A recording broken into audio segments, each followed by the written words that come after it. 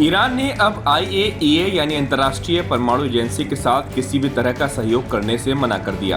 ये फैसला उस समय आया जब हाल ही में अमेरिका और इजराइल ने ईरान के परमाणु केंद्रों पर हमले किए थे।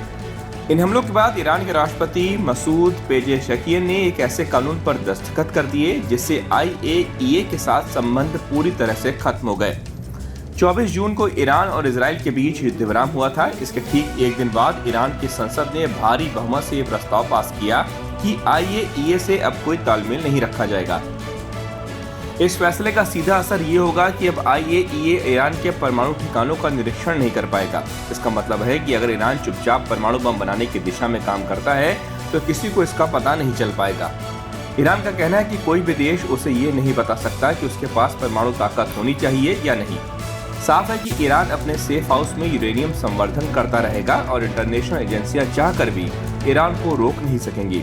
यानी इजराइल और अमेरिका का ईरान पर हमला बैकफायर कर गया।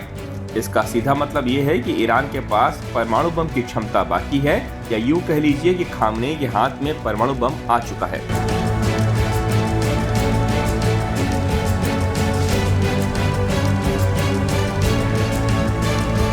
जून की शुरुआत में इजराइल ने ईरान पर हमला किया था। उसका मकसद ईरान की परमाणु हथियार बनाने की क्षमता को खत्म करना था।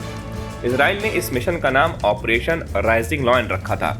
इसके बाद अमेरिका भी शामिल हुआ और उसने ईरान के 3 प्रमुख परमाणु साइटों फोर्डो, नतांज और इस्फहान पर शक्तिशाली बम गिराए। अमेरिका का दावा है कि उसने ईरान के परमाणु कार्यक्रम को बुरी तरह नुकसान पहुंचाया, लेकिन IAEA के प्रमुख राफेल ग्रासी ने कहा कि ईरान के ठिकानों को नुकसान तो पहुंचा है, लेकिन ये मानना गलत होगा कि उसका परमाणु कार्यक्रम खत्म हो गया। उन्होंने ये भी कहा कि ईरान के पास अब भी वो तकनीकी क्षमता और वैज्ञानिक मौजूद हैं जो कुछ ही महीनों में फिर से यूरेनियम संवर्धन शुरू कर सकते हैं। यूरेनियम संवर्धन वह प्रक्रिया है जिससे यूरेनियम को परमाणु बम बनाने के लायक बनाया जाता है।